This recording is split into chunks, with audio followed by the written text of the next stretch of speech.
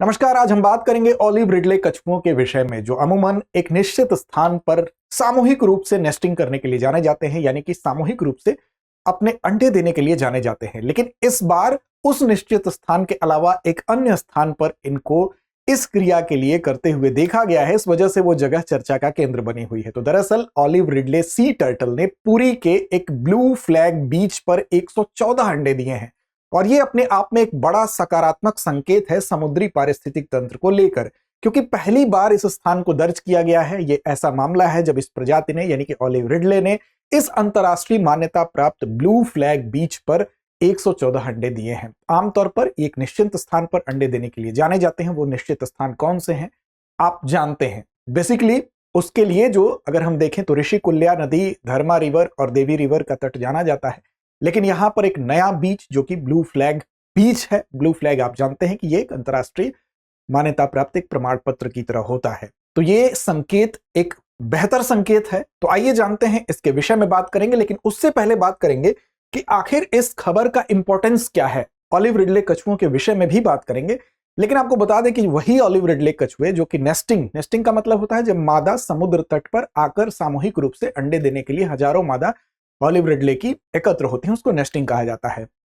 Basically ये अभी तक जो स्थान था उससे हटकर इस ब्लू फ्लैग बीच पर यह हुआ है। अपने आप में महत्वपूर्ण है, लेकिन सवाल है क्यों महत्वपूर्ण है। महत्वपूर्ण इसलिए है क्योंकि जो भी ब्लू फ्लैग बीच का प्रमाण पत्र मिलता है, वो प्रमाण पत्र दे दिया जाता है कि कोई भी इस तरह का बीच है, वहां पर पानी की गुणवत्ता बेहतर होगी, वहां पर जो स्वच्छता है वो बेहतर होगी, वहां पर पर्यावरण संरक्षण के प्रयास बेहतर हो रहे होंगे।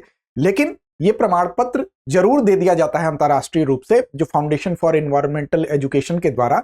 लेकिन इस बात को और प्रमाणित तब वो घटना करती है जब इस तरह की कोई जीव इसको प्रमाणित कर दे। यानी कि ये जीव अमूमन उसी तट का चुनाव करते हैं जहां पर पानी की गुणवत्ता बेहतर हो, वहां पर सेफ्टी बेहतर हो। यानी कि ये बहुत संवेदनशील होते हैं। तेज रोशनी इनको डिस्टर्ब कर देती है, शोर से ये दूर भागते हैं। इसीलिए इनके लिए तमाम स्थानीय स्तर पर भी, राष्ट्रीय स्तर पर भी प्रयास भी किए जाते हैं कि जिन स्थानों पर इनको नेस्टिंग करना होता है उन जगहों को शोर से, तेज रोशनी से या प्रदूषण से बचाया जा सके। तो मानव गतिविधियों को जो नियंत्रित करने की बात होती है उसको ये घटना प्रमाणित भी करती है। इसके लिए प्रयास की बात करें तो 1 नवंबर से 31 मई के बीच में मछली पकड़ना प्रतिबंधित किया गया है इन तटों पर। उसके लिए तमाम शर्तें लगाई गई हैं। लेकिन यहां इंपॉर्टेंट इसलिए है कि साफ, प्रदूषण रहित और सुरक्षित स्थान ये प्रमाणित करता है जो पुरी का ये बीच है, जिसको कि अभी तक एक अंतरराष्ट्रीय प्रमाणन प्राप्त हुआ था ब्लू फ्लैग बीच के रूप में। लेकिन वहां पर ऑलिव रिडले ने जब 114 अंडे दिए तो ये बात और ज्यादा प्रमाणित होती है। अब बात करते हैं ऑलिव रिडले कछुओं के बारे में। दरअसल इनकी जो टेंडेंसी होती है, इनकी प्रवृत्ति होती है, मांसाहारी प्रकृति के होते हैं। ऑलिव रंग इनका होता है, इनके कवच का रंग जो होता है वो जैतूनी कलर होता है, इसीलिए इनको ऑलिव रिडले कछुए कहा जाता है। ये बेसिकली एक विशेष क्रिया के लिए जाने जाते हैं, यानी कि सामूहिक रूप से घोंसला बनाते हैं। अरीबाडा की प्रक्रिया उसको कहते हैं। सामूहिक रूप से एक समूह बनाकर अंडे देने की इनकी जो मादाएं होती है उस प्रक्रिया को अरीबाडा कहते हैं। अब हजारों मादा एक साथ एक तट पर इकट्ठी होती हैं और इस नेस्टिंग की प्रोसेस को आगे बढ़ाती हैं। ओडिशा में विशेष कर अगर बात करें तो ओडिशा में गहिरमाथा समुद्री अभयारण्य इसके लिए जाना जाता है कि वहां पर समुद्री कछुओं का विश्व का सबसे बड़े प्रजनन स्थल के तौर पर उसको जाना जाता है।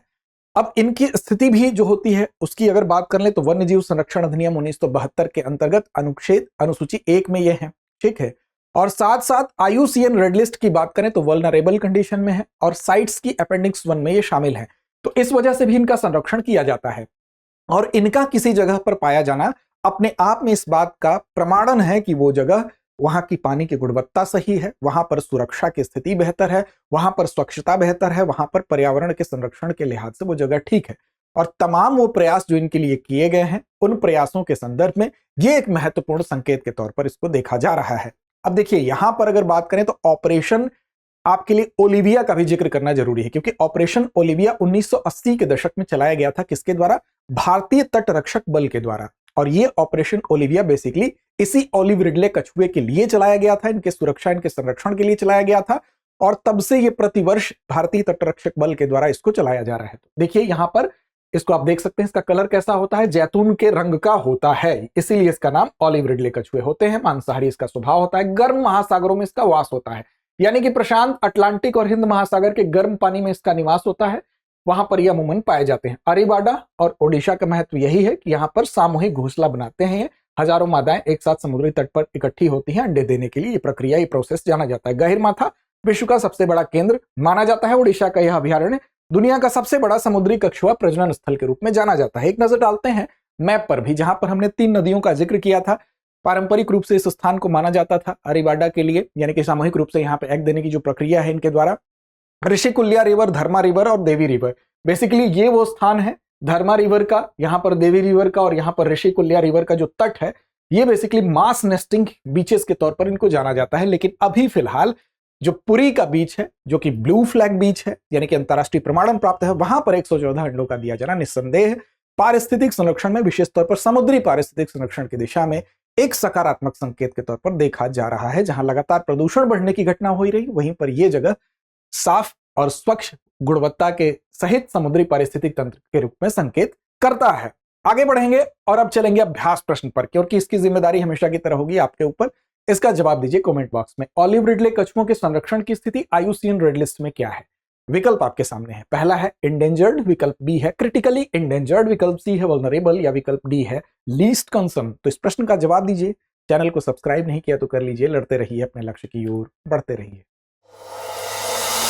अब एग्जाम की तैयारी को और बेहतर करने के लिए हमारे चैनल को लाइक, शेयर और सब्सक्राइब करना ना भूलें।